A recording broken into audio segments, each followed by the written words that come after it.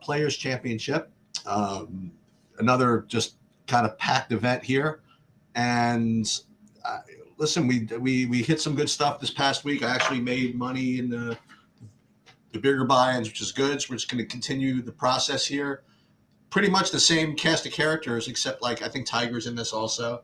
And we're going to go do this as usual. We're going to go through the top tiers, go through our favorite plays from each tier. Then we're going to have a little contest at the end to see who we think is going to win, who's going to get top 5, top 10, top 20. And then we're going to kind of call it. If you want to stay tuned on Wednesday night when we do our live sweat for NBA NHL is where I'm going to actually be doing my lineup builds, which is definitely a fun thing to watch. So let me share my screen here, and we could kind of just get started. Yeah. Listen, this is as close to a major, I guess, as you can get, right? So we got all the cast of characters. I guess we could just start in the top. Who do you like in the top 10K and higher? This is tough. I have interest in all 3 of the guys. Kind of appealing to get Scheffler a little bit cheaper. I think Rahm ends up lower owned because of the price than the other 2. But I actually have to say I definitely have an interest in all 3. And as I said in previous things, I do think that like you could make an argument for skipping this and going to the next range. But I feel like pretty strongly this week that one of these 3 guys is going to be right there at the end, if not all 3 of them. This is a big tournament. These guys are really coming to play. Rahm obviously sort of fell apart after the great start and the great, couple months he's had last week. But I actually feel pretty good about all these guys with where they're at and how they're playing. So kind of having a hard time separating them, except for the fact that Scheffler is cheaper. Yeah, I mean, you left out Schauffele. You just said these top 3. I mean, Schauffele's 10K and higher too. I mean, he's 94. That's not. Oh my God! You know what I'm looking at is the round 1 score. That's what my fault. For some reason, for round 1, he's not. Oh, I'm sorry. I was only reading those 3 guys. Okay, go. Sorry about that. I didn't see Schauffele, and Schauffele is the one who will be on the sheet. So go ahead, talk about Schauffele. Yeah, I don't like him. I, as usual, don't think you need to go up here. But if you did, I agree with your assessment. I think that Scheffler is, because of his price, is probably the best value. I gotta tell you, man, if you watch Jon Rahm this past week, that swing, and then you play him in 11-8, you're better than me. He's the best. Hey, listen, he's probably still the best golfer, but I can't do it. So for me and my big buy-ins, if I play anybody in this range at all, it's probably going to be Scheffler. But the funny thing is about this is that when we get to it, my big buy-in lineup is going to look remarkably similar to last week's, if you want to know the truth. And we'll get to these guys, but it's almost kind of like scary. It's like the ultimate recency bias. Like I'm getting the same guys, and they're all fitting, with a couple of exceptions. So we'll get to that. But for me, 10K and higher, it's just going to be probably just Scheffler. I got you. Yeah, and I'm kind of curious to see as we go down and see what kind of value we like. What maybe if I'll change my mind on that one a little bit. If I build 2 builds, I tend to want to play 2 of the expensive guys together. Maybe it's the Schauffele week. You get the chefs. All right. The 9K plus range is obviously pretty loaded. It's pretty small. Of these guys, my favorites right now, I think Cantlay will be the most popular. I have no problem with Cantlay. My favorite is probably, I actually like Morikawa, and I like what I saw from Justin Thomas last week. So those 2 would be my favorite, with Sung J M just behind them. How about you? You don't have it in you to pay for your man at 8,900 at 9,900, huh? I love Homa in general. He's been terrific. I might play him a little bit, but I think for right now, I'm going to probably have him. I just have him a little bit below the other guys, and I like to play him more on the West Coast swings than I do on when they're back east. Yep, Cantlay was my star last week. Never really in contention of winning, but just never in contention of not making the top 10. Just kind of playing well pretty much all weekend. And he's probably my top rated in this range. And then I like you said, I think Justin Thomas is probably my next one. I'm not going to get to Homa, probably not going to get to Morikawa, not going to get to I'll get to him in MME maybe, but in my big buy-ins, it'll be between Cantlay and Thomas, I think, is my highest rate of the 9Ks. Yeah, and I actually think that more than I think about it, I actually think I could talk myself into Homa as the week goes on. this course actually does suit him pretty well. Even though I prefer him on the West Coast. All right, the 8K guys. Boy, Hovland he's a tough one, man. I love playing him because he's always lower owned than the other study guys, but man, he goes through some serious ups and downs. Like, I guess everybody did last week, but it's just weird. And then the next thing I know, I'll look away because he's like, oh, he double bogeyed 2 holes in a row, and then he's down and out of the tournament, but then he birdies 3 in a row. It's just out of the 3 of the toughest holes. I just don't understand all of it. But I think Zalatoris and Hovland are both really strong plays here. I'm confused at why no one will play Jordan Spieth. So I would say that just because of ownership, he's interesting to me. And I know Hideki has been terrible. I'm still intrigued by the low ownership. But in terms of guys I actually really want, Tyrrell Hatton, Matt Fitzpatrick, Zalatoris, and Hovland are the 4 that I like the best. But I like this whole range a ton. And I think Cam Young is also another really strong play. This is a really, really strong range. So maybe because you didn't go down far. Oh, Jason Day is my favorite, actually. Sorry. Yeah. So Jason Day, I only because there's 130 golfers. I don't think it's be that bad, but I think that in like the biggest of buy-ins, he could be 40% owned at this price. Mm-hmm. He's just been, all the metrics are favoring him. He's been slowly but surely getting sharp money over the last year, and in this last 6 months, and certainly in the last 6 weeks, and she's just playing really, really well, and it's just a complete misprice. I'm showing him a 26% ownership. I can't imagine him being that low in the bigger buy-ins, and he's showing up for me as the best overall value on the slate by a decent amount. Now it is golf, so it is what it is. Hatton, I like him as well, and Fitzpatrick. But the guy that I'm come up with, it just seems like just so ridiculous. I shouldn't say this because he's cheap enough. But in this field, I actually like Tom Kim this week. So alongside of Jason Day, Tom Kim is actually my favorite. I didn't get as much to the upper 8s as much as maybe I should. I mean, they're all amazing golfers, right? Like Hovland and Zalatoris and Cam Young at 8,500 too. And Spieth's one of those guys who never shows up in any of the models, and no sharp player ever plays him, and yet all he does is like contend for the lead, like every single time. You know what I mean? And when you watch him, he's like, there's a thing in MMA where between like 2 or 3 different guys, you want the fighter that is going to quote unquote fight for your money. You know what I mean? Like never give up, like just always like that, just never like right to the death. And that's Jordan Spieth, man. I mean, like he'll like there are guys that we know that like they'll hit it into the bunker and they'll throw their freaking club and then they'll get a 7 or something like that. Jordan Spieth thinks he's going to freaking save everything, And that's the kind of guy you want in DFS. You know what I mean? Like, forget the projections, forget the money. You want a guy that's going to fight for your money, especially if you don't really need to win, But so in any case, my favorites are Day, obviously, and Tom Kim, actually. But I will say, if you didn't listen to his report, I mean, once you're done listening to it, like once you're done listening to Rick's podcast, there are 2 guys you really want to play, and one of them is Hovland. It's like he went on for like ever about how good Hovland is right now. So I'm in there with that. He's going to get forced in if I don't get to him anyway. Yeah, same here. And look, this is a loaded range, so I don't want to overload everybody, but I also am going to have some exposure to Shane Lowry. Okay. I know he struggled on the weekend, but it doesn't bother me any. All right. Well, you know who I'm going to say first coming out of this at 7,500. Well, I will say this. I don't care that he didn't have a great week. I'm going right back to it. Well, I will say this, that in addition to Hovland, Rick did like a custom model of like a different things put into it. And the top guy from the list was somebody like really good or whatever it is. And number 2 was like Fleetwood. So it was kind of nice to see, you know what I mean? Yeah. So Fleetwood does definitely pique my interest as well. Above now we're talking about 7,500 and above, or we're talking about 7,500 to 8K.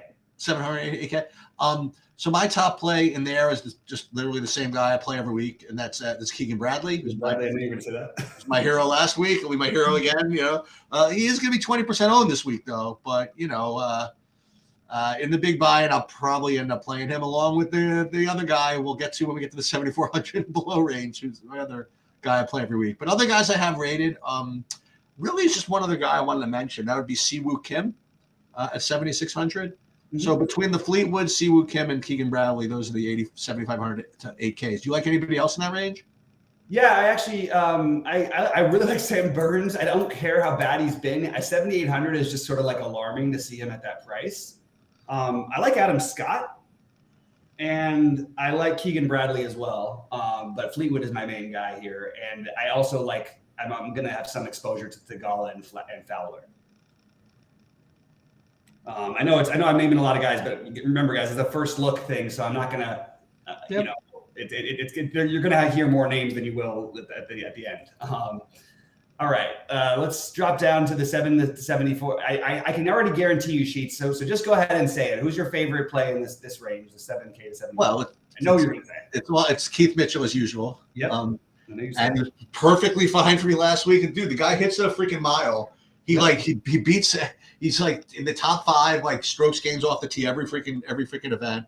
Mm-hmm. And listen, he's not the greatest putter. He's not like the greatest player in the world, but at this price, I'm in. You know what I mean? And he has eagle upside every time there's a par 5 because he can hit it so freaking far.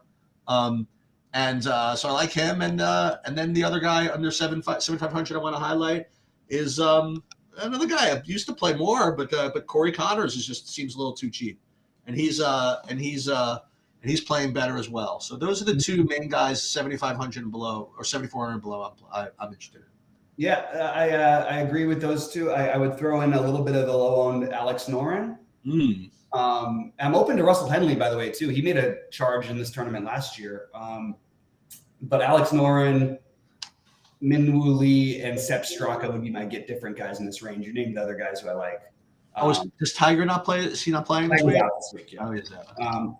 And I don't think that I have no problem with Ben Griffin or Taylor Pendrith. I just don't know if I want to make that play yet. Gary Woodland with 7K too, by the way. You got anything under 7K? I mean, so there are things I have under 7K. So let me just see these guys' prices because there's so many players. I've got to double check. Nick Taylor is right at 7K, so I actually missed him on that one. But Nick Taylor is somebody I like. I like Molinari a little bit. Had a good week last week. He's 6,400. Has played well on this course before. I think that's kind of interesting. So Molinari and Nick Taylor. I guess Nick Taylor 7K, but those are the two guys I had down, as my cheapos that really stood out. Again, I don't mind if anybody wants to take a shot with Grillo, and maybe we should consider a guy who's 6,900 who just won on a really tough course last week. Like maybe we should consider some Kitayama, right? I don't know. I'm going to. I don't know. It just seems weird to me that he's this cheap. But those are really most of it. I know some people will play Benny on, and I know Ryan Fox is getting some love. I've heard people talk about. I think Luke List is kind of interesting. But nobody. I mean, all these guys are just sort of like, okay, Steven Yeager. I'm just gonna I'm sort of like gonna sprinkle them around. Tyler Duncan. But nobody who's like, none of them I'm like, oh, I need to play this guy. Nick Taylor and Molinari were my two favorite spend downs at first look. And I will have a share of the general because he completely blew it for me in some big lineups last week. I don't know why I played him, and I felt really great about it until when he was 3 under with 4 holes to play, and he ended up 5 over or 3 over. So that was frustrating. But yeah, those are the guys I've got. Who do you got down here? Oh, Joseph Bramlett, maybe? I don't know. None of these guys are going to make my big buy-ins, but if the top rated guy I have is one of the guys, or basically two of the guys you mentioned, that would be Yeager and Molinari. But I'll throw a guy in that we all played at pretty high ownership really recently, and that was Johnny Vegas, and he's 6,800. So that's the guy that I will throw into the mix. And the good thing is that like your theory about that every slate comes down to like to getting one of these guys, whether they look good or not. At the end of the day, like one of these guys is always in there. And we talked about about Mazer Bowie when he got there in the 555 with the guy from Sweden. I don't even know what his name was. Some 6,200 guy at 0.5% ownership or something. And so you are going to listen, especially if you MME. I mean, you're just going to have to play these guys because they're always in the winning lineup. You know exactly which one it's going to be. But they're always just kind of in there. So I'll go with Vegas. And what's cool about it, as I was just about to say, is that they're all under 5%, like every one of them.